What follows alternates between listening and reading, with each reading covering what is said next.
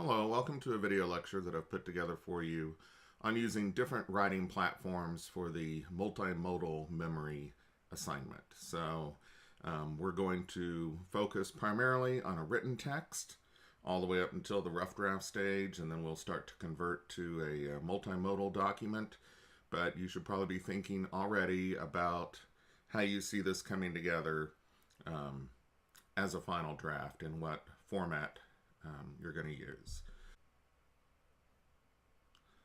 So the different writing platforms that I wanted to talk about in this video lecture, I think the three kind of simplest ones. You can do things more complicated if you want to, but using Microsoft Word, we tend to call that an illustrated essay. So we're going to have like a banner at the top, and then at least 3 to 5 images throughout the document that help you tell your story. And then at the end, oftentimes there's also an image that kind of helps with the conclusion to wrap it up. Another popular way to go is using PowerPoint. And typically when students do that, they've got a title slide. And then after that, they've got generally about a paragraph per slide. And we get to combine images and text together in that way, use color and graphics, so maybe a little more pizzazz when you use something like PowerPoint or Keynote for the Mac. And then the third option that I was going to look at is Prezi, which is basically a presentation software like PowerPoint or Keynote, but some people like it a lot better. We could get kind of this twisting and turning and zooming in and zooming out, and so we're able to kind of focus the reader's attention on certain things. So let me get started with Microsoft Word, an illustrated essay. So let me show you an example of that. Okay, the assignment sheet that I've given you is somewhat an example of an illustrated essay. I gave it to you as a PDF document, but I'm looking at it in Word. And this banner at the top, I created using PowerPoint, and I'm going to show you how to do that. And if you do this approach using Microsoft Word, I'm going to ask you to have kind of a banner at the top. And then, of course, I don't have any additional images down here, but I'm going to go locate some and drop them in here and show you what I'm talking about in terms of a multimodal essay. So hang on just a second.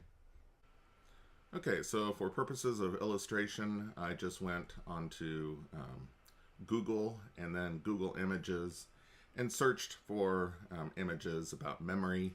And so I found an image. By the way, I'm using images that I found on Google Images, but I don't want you to do that. For your assignment, I want you to think about an event that you have images that you can use. So instead of using kind of stock images or clip art images in the public domain, I want you to look at your phone, your Facebook feed, maybe go through some photos that your parents have at home or something, and try to find images that help to tell your story. So anyway, I found this image on Google Images, and I'm going down here into my document, and I'm going to add it in. Okay, so to add in a image into your document, a couple of ways of doing it. Because I got it off the web, I just copied the image and then I'm going to paste it. But a lot of times you're going to have it on your desktop or on your flash drive or something like that. And so you're going to go in Word to Insert, Picture, and then you can do it Photo Browser, Picture from File. So normally you'd probably go this route to insert it. Since I just went and found it on Google Images, then I actually copied it to the clipboard, the temporary memory. So all I have to do is Control V to paste it in here. And So there's my image, and one of the things you'll notice is that this particular image is big enough that it set it as wide as the margins on the page. So it might even be bigger than that, but it set it as wide as it possibly could. So you may like big images. I don't want them too small, that's for sure. But I also want to scale this down just a little bit to talk about a couple other things here. So I click on the image, and we see these kind of handles at the corners and the midpoint of each side. We also have one at the top that we can kind of rotate it 45 degrees or something like that. Anyway, I'm going to make this a bit about half as wide as the page here. And one of the things you'll notice is we now have this big blank spot over here to the right. So, so we need to address that. We don't want these big blank spots. And as I'm clicking on the image in Microsoft Word, I get a new set of tools up here, picture format. And you can also just right click on the image and get those options as well. But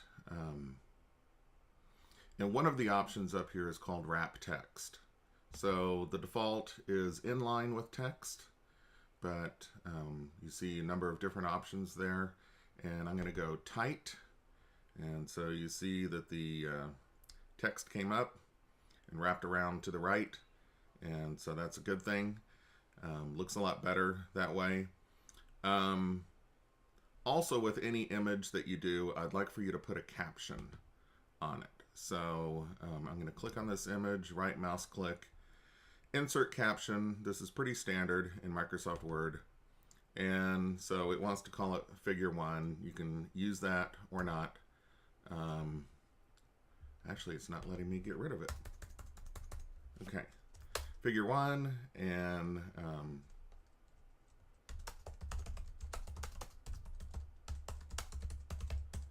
okay, picture of a childhood memory, and you can format the text and where it's going to be below selected items. So I'm going to click OK. It's a bit big. I would probably want to scale down that text. And now we get the option of, since I highlighted it, don't like courier. I'll go with Calibri. And maybe a little smaller. It doesn't need to be quite so big. And typically, the text will also wrap around the caption. Maybe I need to tell it here because it says, I can see the text is behind, but now that I've got this caption selected, I also get, instead of format picture, we have shape format. And so I can also do text wrapping there. Okay, pushes the rest of that text down. And there I've got my image in my document. Looks great, doesn't it? I think so too. Okay, so basically that's how we're working with images in Microsoft Word. A minor point here, but let me go ahead and say it.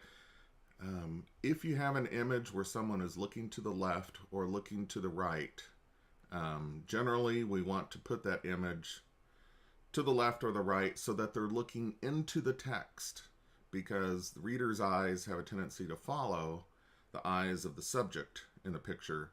And if this image, for instance, he was looking to the left and I put it on the left, we would follow the subject's eyes off the page, and we don't want that. So I would put it on the right so that the person was looking into the text, and vice versa. Another thing is, generally speaking, it's best to put your images to the left and to the right. It makes the text easier to read when it wraps around. If I were to take this and drag it over like this, and I see people do this, the text becomes much more difficult to read. That we read 2 or 3 words, and then we jump, and then read 2 or 3 more words, and then back, and then jump and jump and jump. And this is tiring for the reader. So try to put your images to the left or the right, and you're going to wrap those and stick them in there. So, okay, so basically, if I were doing this assignment in Word, illustrated essay, I'd have a banner at the top. And again, as I tried to suggest, 3 to 5 images throughout the body. And sometimes there's kind of an image that wraps everything up. So oftentimes when people go on a trip or something, study abroad, that there's some type of a group shot at the end or something like that. So keep that in mind. Think about how you're going to use your images. And let me come back and talk about this banner here in a little bit. In the meanwhile, let me talk about PowerPoint and Prezi. So hang on just a second. Okay, so I wanted to talk a little bit about PowerPoint. So opened up PowerPoint here on my Mac, and we get a title slide. Pretty predictable. I'm going to go ahead and add title. You're going to come up with a more original and interesting title, but just a working title for me right now is the title of the assignment. So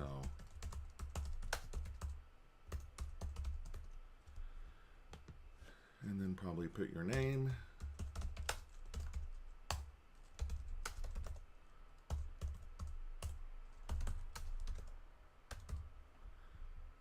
Okay, so the title slide, blank and boring at this point.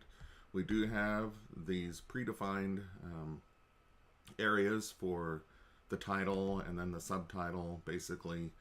And we also have in Microsoft PowerPoint, if you go under Design, it depends on whether you're on a PC or a Mac, but you'll get these different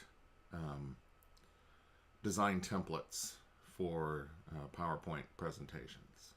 And personally, I hate them. I think they are really ugly, and so I have a hard time with them.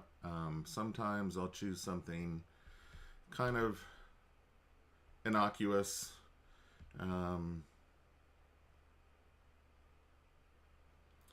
And with this particular version of PowerPoint on my Mac, this is helpful from time to time, that I get some design ideas over here. So it's showing me different ways of doing my title slide. But let me undo that for a second. And mostly the templates that are available for use are pretty boring and somewhat ugly, and so I prefer to go a different route. So one thing you could do is do a solid background. Another thing that you can do, which I think is kind of cool, is we can put an image in the background, or we could also put it off to the side or something.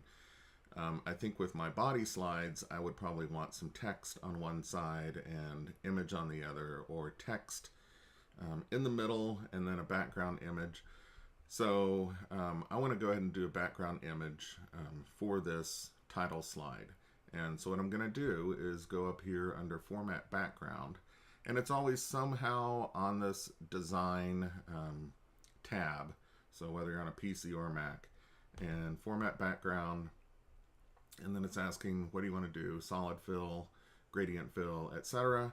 I'm going to do picture or text fill, and it tries to fill it in with a texture, this kind of thatch or some type of texture that they have here. But we also have the option to insert picture from file or clipboard, and again, that Google image, I copied it to the clipboard, the temporary memory. So I'm just going to click on that, and there's my title slide there. Some issues here, what we call figure ground contrast, that the black text is not highly readable against this background, and we can do a couple of things to adjust for that. So one of them is we're still here formatting the background, and we can change the transparency of that. So if I want to go maybe about 30%, now I can see my text a lot better. And it actually, in this particular instance, kind of gives the image an antique look to it. So that's one thing we can do. Another thing is we can change the color of the text. So just highlighting the text here, and I think I have to go to text options. So color, and black is what we're used to, but since we're doing these documents electronically, color is free, so use it. And not sure what color we might go with, but let me try. Nah, that didn't work. But let me go back to this, and I'm going to bring this down to where it just kind of is just around the text. Now I'm dealing with a shape rather than the text, and I could also make that a solid fill, but I might make it white and then adjust the transparency on that. So now I can read my text better, and I've got my image as a background image, and I'm not using those default templates that PowerPoint has, and I'm kind of doing my own thing. So let me go back to my Home tab and add a new slide. And I wanted to talk about this because this is the default body slide for a PowerPoint, is that you've got a place to add a title and then a place for a bulleted list of items. And this sometimes contributes to a phenomenon known as death by PowerPoint, that every body slide becomes a title and then a series of bulleted items. And it also leads to people kind of reading their slides during a presentation. So again, I like to get rid of these placeholders for text once I get into the body of the document. So I'm going to go up here, and under, I think, it was under New Slide that you can choose the design, but also this one that I've already got on the screen. I can do Layout and Blank. Okay, so now I've got this wide open canvas to work with. So I could, again, format background and put an image in the background, but maybe this time I will take that image and move it over here or something, and then I can do insert text box and put a text box over here and put a body paragraph in there. So and again, because of my version of PowerPoint, I'm seeing some design suggestions over here. So don't be locked into everything that PowerPoint is trying to make you do. So feel free to go with a blank slide and do what I'm doing here with text and images. I could even add in a background color on this slide at this point. So, and roughly about a paragraph per page. So, okay. So I think that's about as much as I need to say about PowerPoint right now. Let me see if I can show you a couple of examples.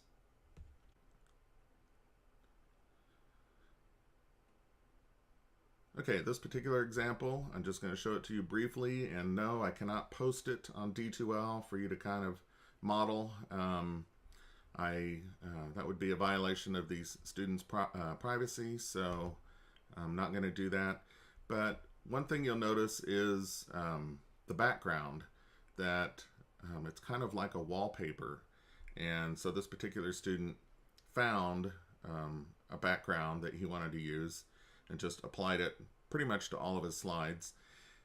And I don't know if this was suggested by the slide layout, but this is nice with images kind of in a diagonal arrangement, so that we look at this one, then we come down to this one, and maybe over to this one. And then the colored blocks add something as well. You notice that the text is reversed, so it's white instead of black, so it stands out better. And rather than be in presentation mode, I'm just going to walk through the slide sorter here. So, and this is a very good example. Notice in this one, the text is on the right. Here the text is more on the left. Here we're back to the right with an image. Here we have the white text, but a new background image, which is some of the food that was eaten. And here we have images and text, and images and text. And here we have the text in the middle, images on either side. We could say that maybe we should have put this image on the right because the subject is kind of looking in this direction. And this particular slide, the background is an image, but it's been made very dark so that we can see the text better. And this is similar to the first body slide that we saw. So basically, that's kind of some things that you can do with PowerPoint. And so I would encourage you to give that a shot. And let me show you some things that we could do with Prezi.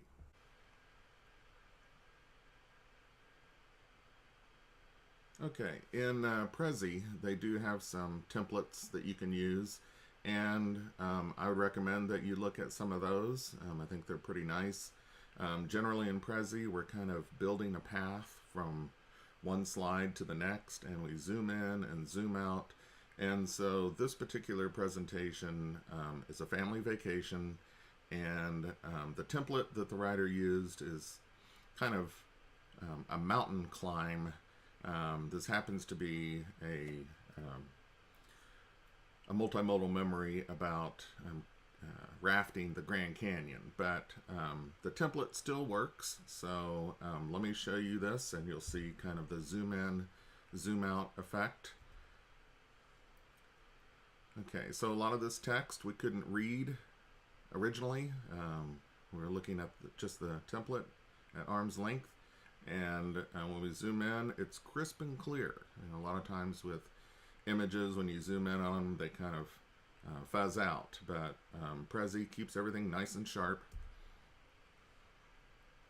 And so this is kind of like, a PowerPoint slide. We have a text box. We also have a title to this slide. We have an image that's been rotated, and then down on the left we see a little circle with some more text in it and another image. So we're going to zoom in on that.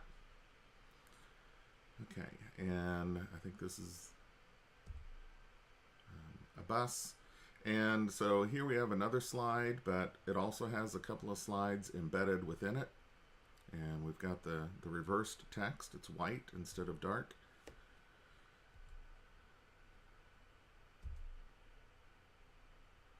Okay, and here we have another slide that has text and images and a title on it. And in the lower right hand corner we see another circle that is another slide that we're going to zoom in on. Okay, and again another slide that also has an embedded slide on it. And some people like these transitions, that they feel like it keeps you more involved in what's going on. And so here we have another slide, a title, some text, image, and then the two circles are other slides.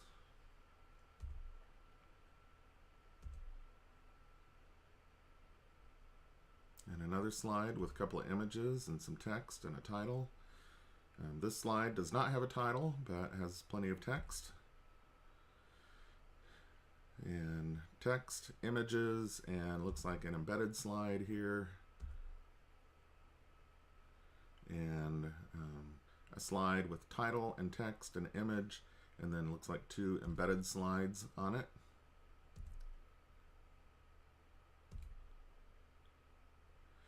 And I think this is the very end. So, nope, here we go. Some reflection, analysis about the trip.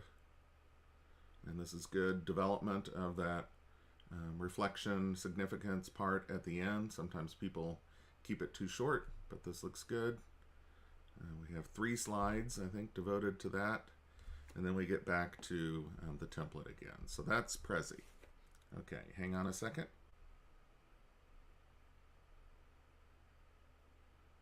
Okay, so we've discussed Microsoft Word and making an illustrated essay, doing a PowerPoint or doing a Prezi. And as far as Prezi is concerned, if you need some help with it, probably talk to your friend, your neighbor, this type of thing that it's pretty simple to figure out on your own, and there are some tutorials online. So I'm not going to teach you Prezi, but you can figure it out on your own. And then I think the last thing I wanted to do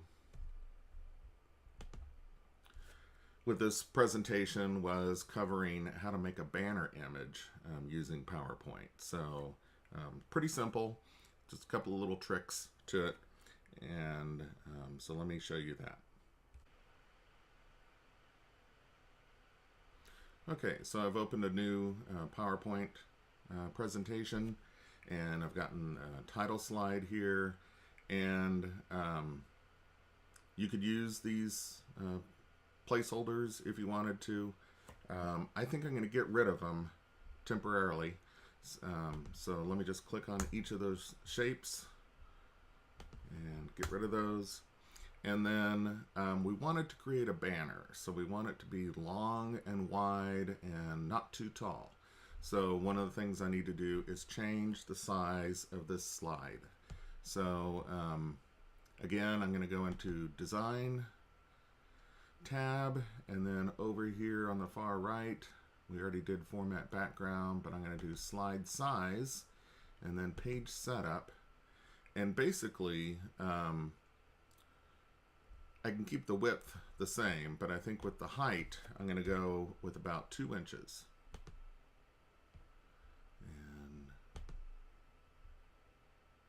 Okay, so now I've got a slide that's long and wide. And so we're on our way. We have a couple of tricky things to negotiate here, but I'm going to format the background for that. And again, I went to Google Images and just found an image that I could use.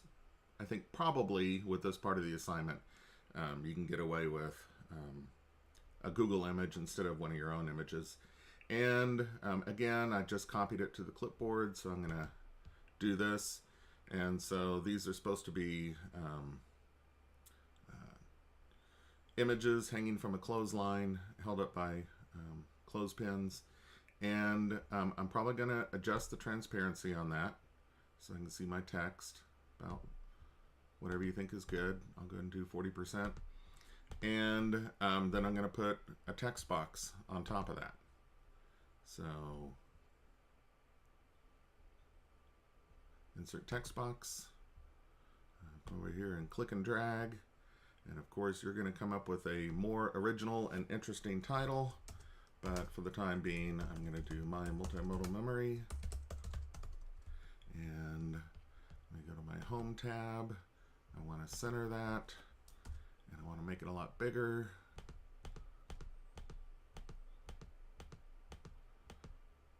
Basically, a lot of times I go about as big as I can with it. And I could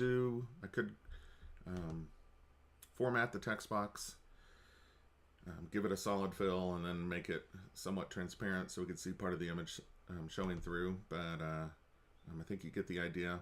So now we've got this banner, but how are we going to get it into the Word document? So we know that we can place images in the Word document, but we don't know if we can place a PowerPoint presentation into the Word document. And so what we need to do is save this as an image. So we're going to go to File, Save As.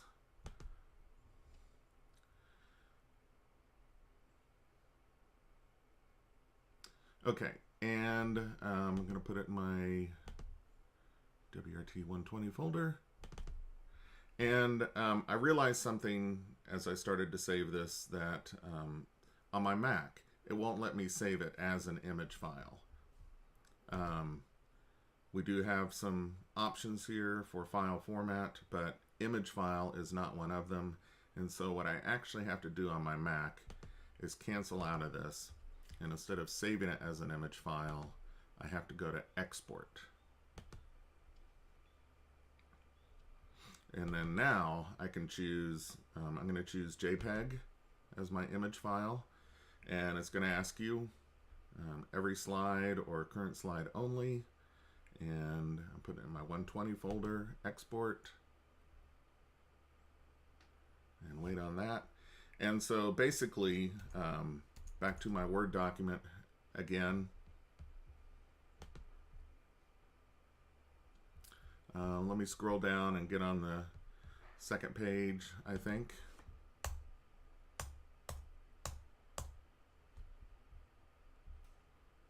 Okay, so if this was the top of my essay, insert picture from file. Let's go to the 120 folder.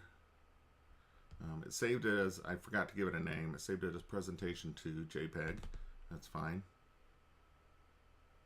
Okay, so there's my banner in there, and I'm not sure why it has a black bar on the bottom of it. I wouldn't worry too much about it. If you had to, there is the option in picture format to crop the image.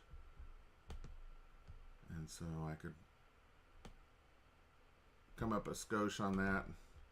Still has a black bar at the bottom. I'm not going to worry about it. Okay, so there's my banner. There's my text. We talked about inserting images. And I think that's as much as I can show you right now.